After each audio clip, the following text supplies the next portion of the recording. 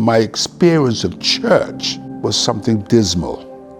It was boring, extremely boring. I more or less said to myself, listen, my life cannot be monotonous, predictable, or boring. If Jesus has done something in me, there must be conviction, there must be challenges, there must be opportunities, and there must be experiences. Church has to be a place where, first of all, people are real. People are real with life. Life is real. It's messy, it's painful, it's a challenge, there's disappointment, there's hurt, there's excitement. All of that comes in life. I'm afraid at times we have put church to be a place where it's all perfect, it's all seamless, and everything is hunky-dory. And it's not. All of us, be realistic, no, it's not. Remember, one 80-year-old woman stood up and said, I want to testify. I was raped when I was 16, and she tells the story.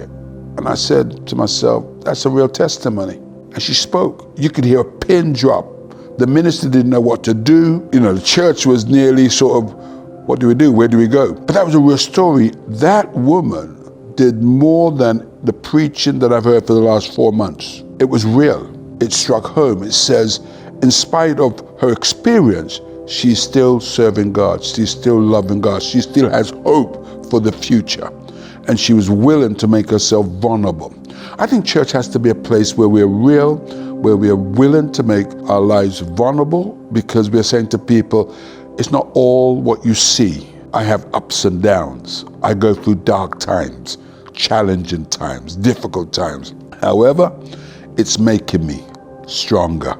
It's making me question, but it's also making me firm in my conviction to keep following Jesus. What I hear people are saying, I want to have some real conversation. Why I have these doubts, why it doesn't make sense to me. And I think that we as the church need to acknowledge that we go through these periods. People have become more inquisitive and they're searching more for answers. And so there's something about the church being willing to be open and say, guys, you know, we're still figuring out this 2,000 years of theology. We're still trying to figure out some things. However, we have a strong conviction.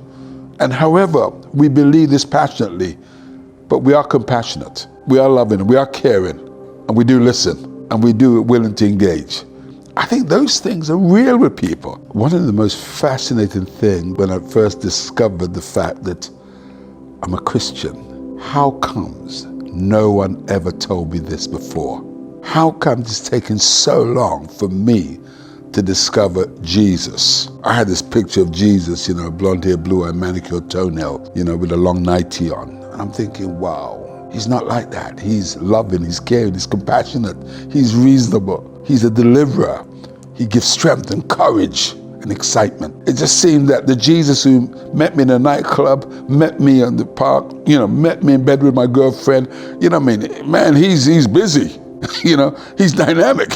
You know, there's no gray area with him. He's there.